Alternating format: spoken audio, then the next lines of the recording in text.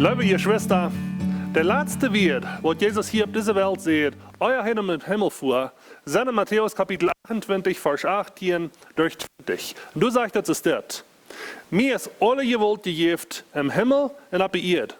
Dann geht nun nur die Feldje über die Welt und merkt dann die Lehrlinge und deupt ihm im Namen von Vater, vom Sohn und vom Heiligen Geist. Lehrt ihm alles zu tun, was das Kind befohlen hat, und verlut ihn darauf, ich sie immer beginnt bei dem Eng von der Welt. Den Namen von Jesus Christus rütbringen über die Welt nehmen. Das ist die Abgabe Nummer 3, wo der Kind will am Hart leihen, was unsere Abgabe ist als Gemeinde, rütgehen und bringen das Evangelium rüt. Wo ist das möglich, dass der Name von Coca-Cola viel mehr Menschen kennen, als der Name Jesus Christus? Statistiker sagen, dass ungefähr 1/3 von allen Menschen über der Welt haben den Namen von Jesus noch niemals gehört. Viel mehr Menschen kennen Coca-Cola als Jesus. Ist das vielleicht, wenn uns ist das viel leichter, jemand in Coca-Cola unterbeiden, als Jesus Christus unterbeiden? Ist das vielleicht, wenn uns ist das viel leichter, von einem Coca reden, oder von all der Dinge reden, als von Jesus Christus zu reden? Uns ist jemand, der abgehoben ist, dort Menschen, die nicht von Jesus gehört haben, den Namen Jesus bekannt werden.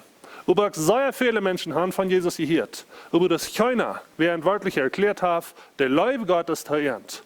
Uns ist jemand, der abgehoben ist, dort, das Evangelium rüberzubringen. Auch in dieser Zeit, wo wir mal Tisch bleiben. Auch in dieser Zeit, wo wir nicht in Gemeinschaft haben. Das ist nur abgehoben, was du hast als ein Gemeindeglied. Das ist nur abgehoben, was ich habe als ein Gemeindeglied. Du sind Menschen an uns Dorf, in unserer Stadt, in unserer Stadt, in uns Land, in der Welt, in verschiedenen anderen Ländern, wo Jesus nicht kann. Und als unser Abgabe, das Evangelium durch Hand zu bringen. Dich bei und weit auf. In der Zeit, wo wir mal in Tisch bleiben, will ich mit euch sprechen.